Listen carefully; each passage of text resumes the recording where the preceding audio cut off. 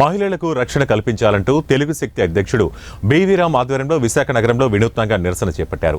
స్థానిక RTC complex సమీపంలోని GVMC ప్రధాన కార్యాలయం ఎదురుగా ఉన్న గాంధీ విగ్రహం వద్ద వైద్యులు కొనసాగిస్తున్న నిరసనకు బీవీరామ్ సంఘీభావం తెలిపారు. ముందుగా జాతిపిత మహాత్మా గాంధీ విగ్రహానికి బీవీరామ్ నివాళులర్పించారు. అనంతరం కళ్లకు గంతలు కట్టుకుని నిరసన వ్యక్తం చేశారు. ఈ సందర్భంగా బీవీరామ్ మాట్లాడుతూ మహిళలు అర్ధరాత్రి స్వేచ్ఛగా నడిచి వెళ్లినప్పుడే మహాత్మా గాంధీ కలల కన్నా నిజమైన స్వాతంత్రం లభించినట్లన్నారు. కానీ నేటికి ఆ మహానుభావుడి కలలుగానే మిగిలిపోయాయని ఆవేదన వ్యక్తం చేశారు. అర్ధరాత్రి సంగతి అలా ఉంచితే మహిళలు పనిచేసే ప్రదేశాల్లోనే రక్షణ లేకుండా పోయిందని ఆగ్రహం వ్యక్తం చేశారు. చివరకు వైద్య విద్యార్థిని పనిచేస్తున్న ఆసుపత్రిలో ఆమె మాన ప్రాణాలకు రక్షణ లేకపోవడం దేశం మొత్తం సిగ్గుతో తలదించుకోవాల్సిన విషయమన్నారు.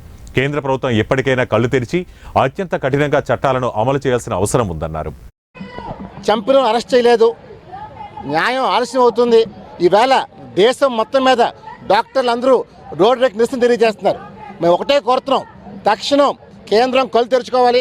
గాంధీజీ గారు చెప్పినట్టు నిజమైన స్వతంత్రం ఇంకా రాలేదు భారతదేశానికి. 70 సంవత్సరాలు మొన్నే జరుపుకున్నాం. మరి ఈవేళ ఒక మహిళ విధులు నిర్వహిస్తుంటే అర్ధరాత్రి మానభంగం చేసి చంపి దాన్ని సూసైడ్గా చిత్రించారంటే నిజంగా మరి ఎటు వెళ్ళిపోతుంది అర్థం కావట్లేదు.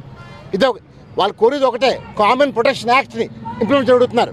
మరి దీనికి ఎందుకు కేంద్రం సందేహిస్తుంది మేము ప్రశ్నిస్తున్నాం. ఇది ఒక వెస్ట్ బెంగాల్ కాదు, అన్ని రాష్ట్రాలకు వర్తిస్తుంది. నేను ఒకటే కోరుతున్నాను, ఎన్డీఏ ప్రభుత్వంలో కీలకంగా చంద్రబాబు నాయుడు ఉన్నారు కాబట్టి చంద్రబాబు నాయుడు గారు వెంటనే స్పందించాలి. ఈరోజు ఇది ఆడబిడ్డలకి అన్యాయం జరిగిందంటే భవిష్యత్తులో ఇవాళ రాఖీ దినం. నా సోదరుడు లేకపోయినా సరే నా సోదరి కోసం యుద్ధం చేయబోతున్నాను. డెఫినెట్గా న్యాయం జరగాలి. దేశం అంతా సిగ్గుతో తలదించుకుంటుంది. ఈవేళ ఇంతమంది వైద్యులు రోడ్లెక్కి నిరసన తెలియజేస్తారంటే ఇది నాట్ షేమ్ టు మోడీ అడుగుతున్నాను. We request the honourable prime minister immediately look it this matter.